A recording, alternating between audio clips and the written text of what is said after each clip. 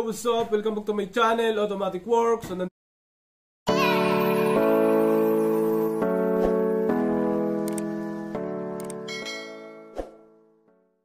yan, Automatic Works. May customer tayong Hyundai Tucson. Yan, yung on position niya, may check engine, may P. Kompleto naman. Check gas lang siya. Naka-check gas. Automatic Tucson na 2010. Nag-scan tayo. May trouble code sa engine. Ang concern ng customer, palyado daw. So ito ay nag-overheat galing. Tapos na overhaul, tapos nung pagka-overhaul, nung pinaandar, ano na siya, yung nanginginig sir, no? Palyado. Tingnan natin kasi may fault code. Generator failed. So generator failed if terminal high. Ito, fault code to na nagpalit ng alternator. Palatandaan yan. Okay? Yun ang fault code niya sa engine. Sa automatic, walang fault code. Tapos sa airbag, may fault code. Yan. Tingnan natin kung anong fault code nito. 11 system ang binasa niya. Yan, 1, 2, 3, 4, 5, 6, 7, 8, 9, 10, 11. Engine, tsaka airbag lang ang may fault code. Okay, clear natin to. Huwag muna. Paandar muna ako. Kasi palyado daw. Bago tayo mag-clear, mag-adapt, tapos mag-relearn. Okay? Data list, tingnan natin kung palyado daw.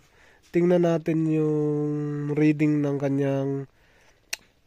Yan, dito tayo. Yan. Sa mga misfire reading tayo magpunta. Yan, knock control. Yan, total misfire. Tingnan natin, baka may misfire. Kaso wala naman fault code. Start. Umandar. Nanginginig. May revolusyon naman. Ayun. Taas baba, nangangatan. Hindi naman nginig, mataas lang idle. Ayun, yun, nanginig na. Tingnan natin dito kung may palya. Ito, cylinder lahat yan.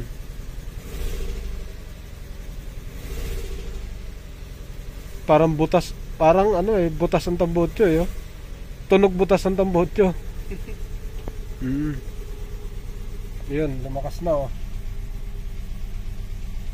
Yan. Okay, bago lang tong matapos si overhaul.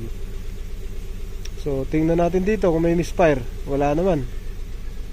Off natin to. Ayun na. Nginig na. Off natin. On. Parang may sabit eh. Ngayon, dito naman ang gagawin natin. I-clear natin yung fault code lahat. Clear. Yes. Yan.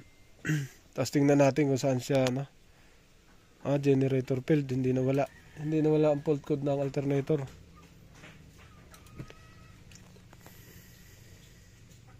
Yan, 11 system pa rin yung binasa.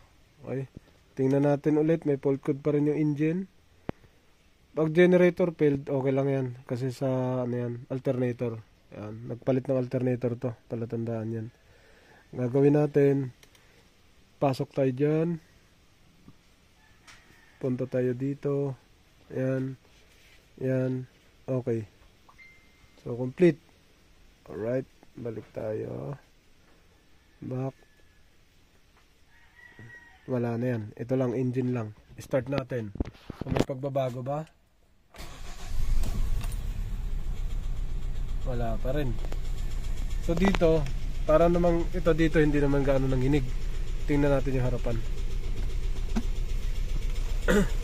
Ito siya, sa harap.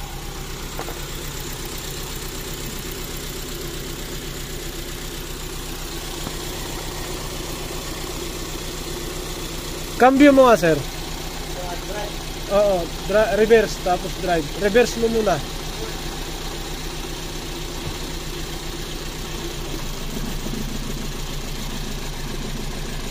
Sige, drive mo.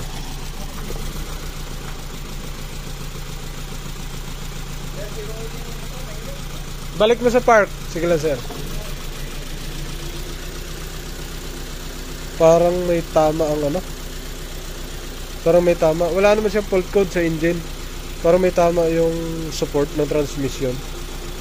Pero malakas eh.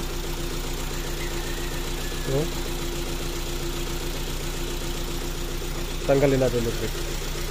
This Yun, ang tunog nyo, parang pukpok na maso. Parang minamaso. May ano, may makinilya sa ilalim ng tambotso. Hindi siya muffler. Parang ano eh, parang kung titingnan mo, parang may tama sa engine support o di kaya transmission support. Yan o, maalog masyado. Pero yung andar niya kasi kakaiba. Kaya tingnan natin dito, isa-isa natin.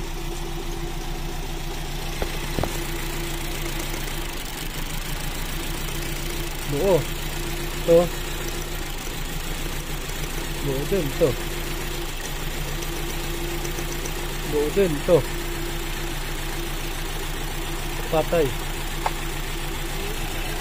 Patay yung isang coin. Wala. Sige, off mo sir. Patay ang number 1, lipat natin sa number 4. Meron ng 4 oh. Okay. Sir, oh. Yung sana. Yung isang ignition coil, lipat natin yan. Yan. Yung uno. Pagka ito ang sira, hindi lumipat. Wiring sa sira or ECU. Pagka nanatili dito sira. Kung hindi wiring si ECU. Kung hindi gumana yung isa, ano kuya? Lipat natin sa 4. Yan. Pwedeng spark plug, tingnan din natin. Bago sir, spark plug. Bago. Pag lumipat dito ang sira, o ganun pa rin, nandito pa rin ang sira niyan. ECU o wirings. Start ko kuya. Start. Lumipat ka Marami to sa auto supply. Maganda andar oh. Kaso may nginig. Dito tayo. O dito. Meron oh. Malakas oh. Ito. Wala. Patay. So yun, bagong overhaul. Nangamba sila. Ayun. So isa lang, ito lang. Ito, buo na ito mga sir. Ano? Ito, meron. Ito, nilipat natin. Wala. 4, 1. Yung 1 nilipat natin, wala. Ayan. Yung 4. So, nandun yung sira, lumipat. Ignition coil lang sira mga sir. So, yun lang. Akala kasi nila ECU na. Pwede engine support. Bagong overhaul. Hindi mahatulan kasi wala scanner. So, pagka gumawa, dapat may scanner talaga. Mas maganda. Yung mga sir, yun na yun. Tapos na. Yung coil lang yan. Ito, malakas talaga to dahil malakas manginig to pagka may pundi na isang coil. Bakit? Malaki yung makina na to. Kung maliit to, hindi gaanong pansin. Pero pag malaki yung makina, ramdam na ramdam yan. So, isang coil, nakapitong baba daw to. Makina. Nakapitong baba. So, dapat talaga una, may scanner para malaman sa fault code kung anong meron. Kung wala naman fault code, basic na kaagad yan. Ignition coil, fuse, wirings, tapos mga injector. Yan, kamukha niyan, maliit na sasakyan. Pero may alog din daw yan. So, coil din yung sira. Basic lang muna, yan. Tapos spark plug. Sabi ko, baka spark plug. Sabi nila bago daw palit. Okay? So, palitan lang yan. Ayos na yun.